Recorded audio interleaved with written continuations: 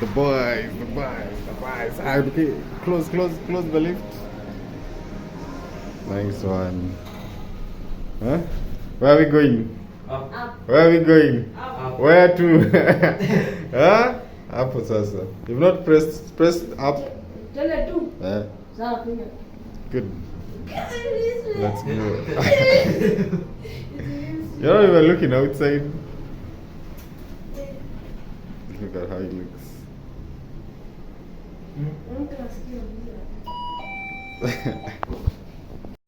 How does it feel to be on an elevator?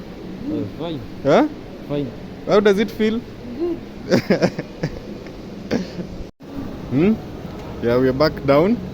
And there is Muzungu Mwitu. If you know him. Hmm? So now we are going down there. Where are we going? Down there? Escalator. Let's go. Watch your step.